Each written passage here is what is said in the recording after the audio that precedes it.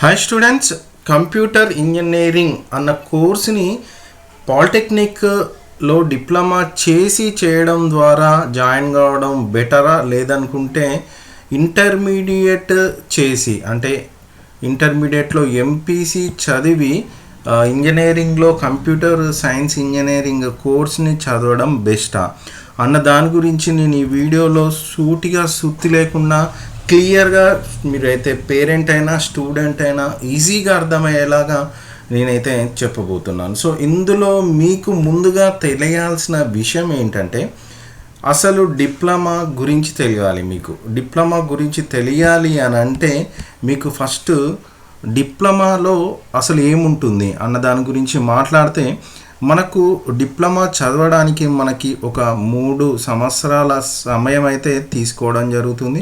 ఆ 3 సంవత్సరాలలో మనకి ప్రతి సంవత్సరాన్ని 2 సెమిస్టర్స్గా డివైడ్ చేయడం జరుగుతుంది. అంటే ఒక్క సంవత్సరంలో మీరు ఒక semester, first semester, second semester అని 2 సెమిస్టర్గా, అంటే ప్రతి 6 నెలలని సెమిస్టర్ 1, 2గా, అంటే ఒక సెమిస్టర్కి 6 నెలలు, 6 నెలలు, ఒక ఇయర్కి 2 సెమిస్టర్గా డివైడ్ చేయడం జరుగుతుంది. అలాగనే ప్రతి సెమిస్టర్లో మీకు ఒక 10 సబ్జెక్టులు, అంటే ఒక 6 ల్యాబ్లు, అలాగనే 6 సబ్జెక్టులు, నెక్స్ట్ వచ్చేసి ఒక 4 ల్యాబ్లు ఉండడం జరుగుతుంది. 6 సబ్జెక్టులు, ఒక 4 ల్యాబ్లు ఉండడం జరుగుతుంది. సో ఇలాగనే మనకు ఒక 3 సంవత్సరాలకి మొత్తము 6 సెమిస్టర్లు, సో మొత్తము ఇలా 60 సబ్జెక్టులు, నెక్స్ట్ వచ్చేసి మొత్తము 6 నెలలు, 6 అలా మొత్తము 3 ఇయర్స్, 3 ఇయర్స్లా.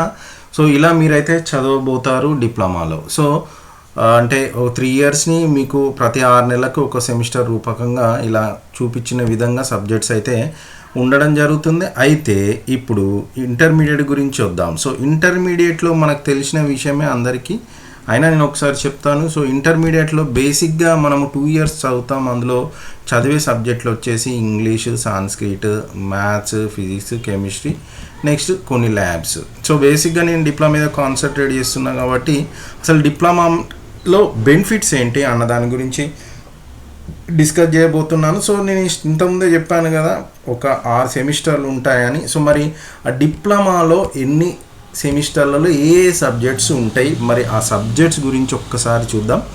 సో చూస్తే సబ్జెక్ట్స్ విషయానికి వస్తే, ఇది ఫస్ట్ సెమిస్టర్లో మనకి ఒక basic English, next basic mathematics, next అలాగనే basic physics, next chemistry, basic chemistry, next computer fundamental hardware అనే సబ్జెక్టు, నెక్స్ట్ వచ్చేసి basic engineering, electrical engineering and electronics, అలాగనే ఇంతకుముందు ఒక 4 ల్యాబులు అని చెప్పాను కదా, ఇలా 4 ల్యాబులు అన్నది ఉండడం జరుగుతుంది. లైక్ ఒక డ్రాయింగ్ అని, కంప్యూటర్ ల్యాబ్ అని, కంప్యూటర్ సైన్స్ ల్యాబ్ అని, కంప్యూటర్ ఫండమెంటల్ ల్యాబ్ అని, ఇలా నేను చెప్పిన 10 సబ్జెక్టులలో 6 సబ్జెక్టులు, నెక్స్ట్ 4 ల్యాబ్లు అన్నది ఉండడం జరుగుతుంది. సో అంటే మీరు బేసిక్గా ఇంగ్లీషు, మ్యాథ్స్, ఫిజిక్స్, కెమిస్ట్రీ అన్నది ఇక్కడ ఉండడం జరుగుతుంది. వీటితో పాటు కంప్యూటర్ రిలేటెడ్గా ఒక సబ్జెక్టు, నెక్స్ట్ అంటే ఒక ఎలక్ట్రికల్ సబ్జెక్టు, ఒక కంప్యూటర్ సబ్జెక్టు, అంటే 4 సబ్జెక్టులలో పాటు 4 మెయిన్ ఫిజిక్స్, కెమిస్ట్రీ, మ్యాథ్స్తో పాటు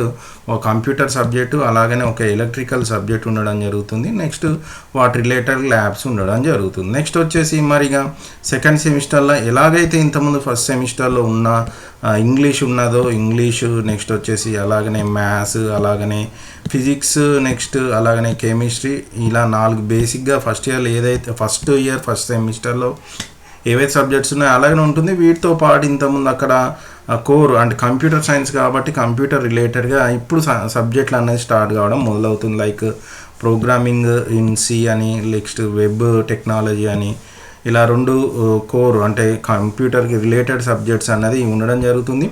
సో నెక్స్ట్ వచ్చేసి ఫస్ట్ ఇయర్లో చదివిన డ్రాయింగ్కి సీక్వెన్స్లో డ్రాయింగ్ 2 అని, నెక్స్ట్ వెబ్ టెక్నాలజీ ల్యాబ్ అని, సైన్స్ ల్యాబ్ అని, ప్రోగ్రామింగ్ సికి సంబంధించిన ల్యాబ్ అని, ఇలా 10 సబ్జెక్టులు అయితే ఉండడం జరుగుతుంది. సో ఇలా ఫస్ట్ ఇయర్ సెకండ్ సెమిస్టర్ సబ్జెక్టులు. ఇక చూస్తే మరి థర్డ్ సెమ్ కనుక చూసుకుంటే మళ్ళీ మీకు థర్డ్ సెమ్లో కూడా మ్యాథ్స్ కనిపించడం జరుగుతుంది. ఇప్పుడు అప్లైడ్ మ్యాథ్స్ అని, ఇంతకుముందు బేసిక్ అని కనిపించేది కదా, ఇప్పుడు అప్లైడ్ మ్యాథ్స్ అని. నెక్స్ట్ వచ్చేసి డిజిటల్ ఎలక్ట్రానిక్స్ అని ఒక సబ్జెక్టు. ఈ గుర్తుపెట్టుకోండి, ఇక్కడ ఏదైతే సబ్జెక్ట్స్ చదువుతారో సేమ్ మీరు ఇంజనీరింగ్లో సబ్జెక్ట్స్ చదువుతారు. చెప్తాను నెక్స్ట్ ఇంజనీరింగ్లో కూడా ఏం సబ్జెక్టులు ఉండబోతున్నాయి, కంప్యూటర్ సైన్స్ అన్నది. నెక్స్ట్ ఓప్స్ త్రూ C++ అని, next computer organisation and architecture అని, నెక్స్ట్ కంప్యూటర్ నెట్వర్కింగ్ అని, నెక్స్ట్ దాని రిలేటెడ్గా కొన్ని digital electronics lab, next data structure through C lab అని, ఊప్స్ ల్యాబ్ అని, కమ్యూనికేషన్ ల్యాబ్ అని ఉండడం జరుగుతుంది. సో ఇలా 10 సబ్జెక్టులు ఉంటాయి. నెక్స్ట్ 4th సెమిస్టర్లో కనుక చూస్తే అగైన్ 4th సెమిస్టర్లో కూడా మ్యాథ్స్ అన్నది ఒక సబ్జెక్ట్ ఉండడం జరుగుతుంది. సో స్టూడెంట్స్ జనరల్గా మ్యాథ్స్ అన్నది ఇక ఇక్కడితో క్లోజ్ కాబోతుంది. అంటే ఫస్ట్ సెకండ్ ఇయర్లో మొత్తం కలిపి 4 మ్యాథ్స్లు ఉంటాయి. నెక్స్ట్ జావా ప్రోగ్రామింగ్ సబ్జెక్ట్, అంటే మీరు ఇప్పటి నుంచి అంటే ఇంతకుముందు ఏదైతే మీరు కంప్యూటర్ సైన్స్ అన్నది ఫస్ట్ ఇయర్ నుంచి స్టార్ట్ అయిపోయినా ఇంకా ఇప్పుడు కొంచెం డీప్గా వెళ్ళడం జరుగుతుంది. Java, next Python, next real time database management, next వచ్చేసి cryptography and network security, next operating system, next మిగతా అన్ని Java lab, next Python lab, next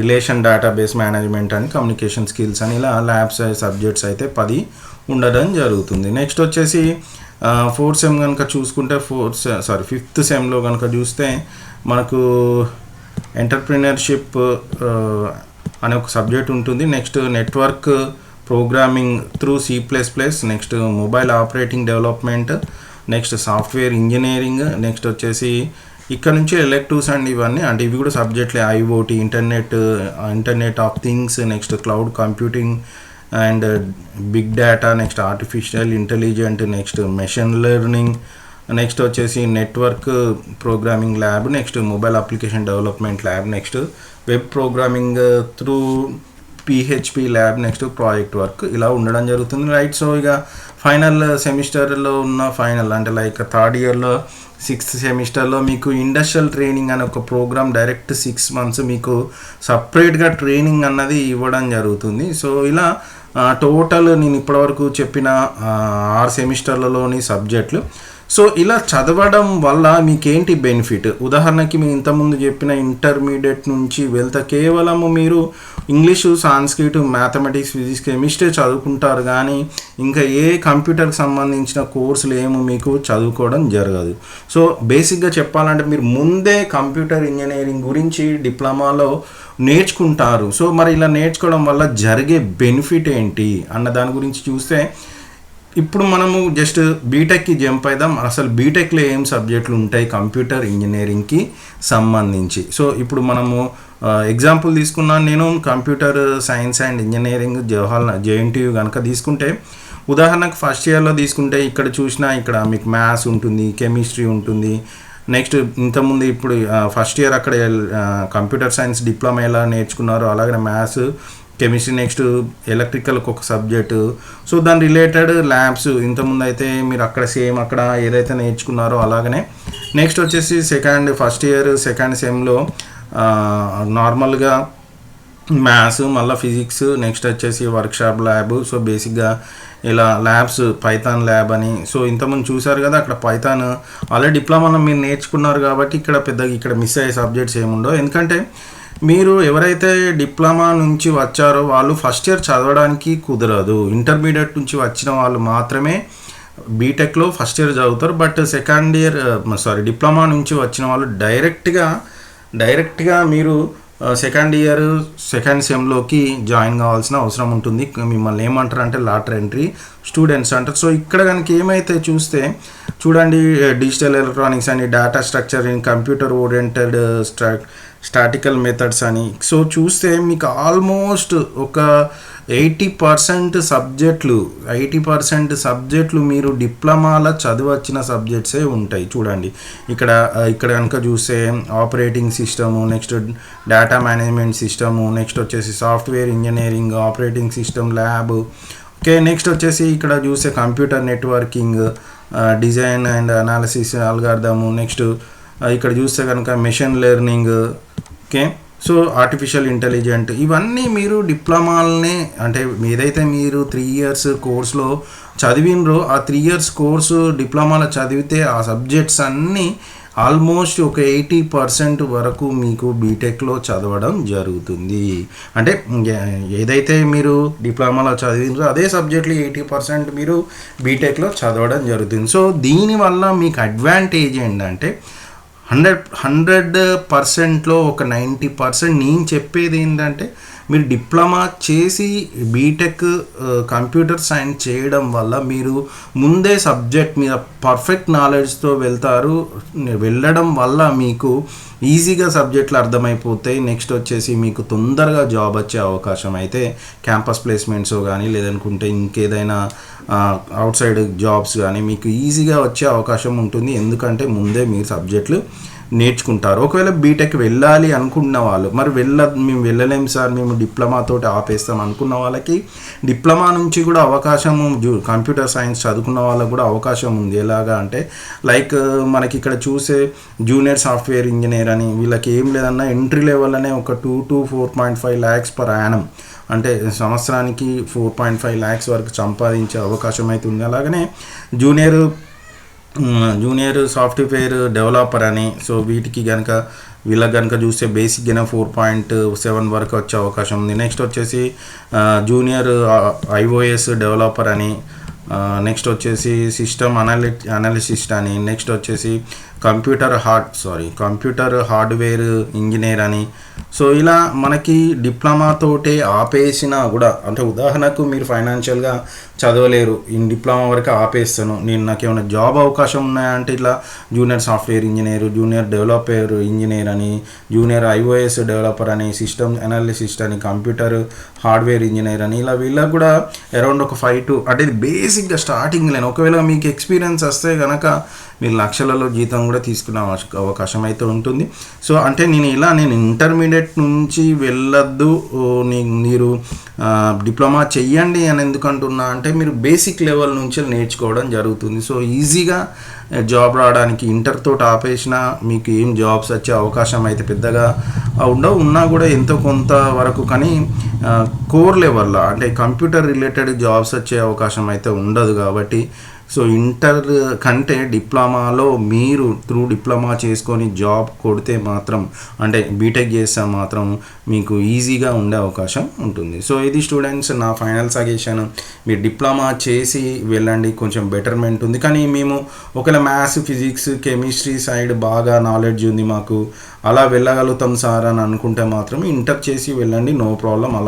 అందులో ఎలాంటి అబ్జెక్షన్ లేదు. కానీ మీకు బాగా నాలెడ్జ్ కావాలి బేసిక్ లెవెల్లో నుంచి అనుకుంటే మాత్రం better to go from diploma. Okay, ఇది students CSC engineering, computer engineering through diploma చేయడం బెస్టా, ఇంటర్మీడియట్ చేయడం బెస్టా, సో అసలు ఏ సబ్జెక్ట్స్ ఉంటాయి అన్న దాని గురించి టోటల్ ఇన్ఫర్మేషన్. వీడియో కనుక నచ్చితే లైక్ చేయండి, షేర్ చేయండి. మన ఛానల్ ఎలాంటి వీడియోస్ చాలా ఉన్నాయి.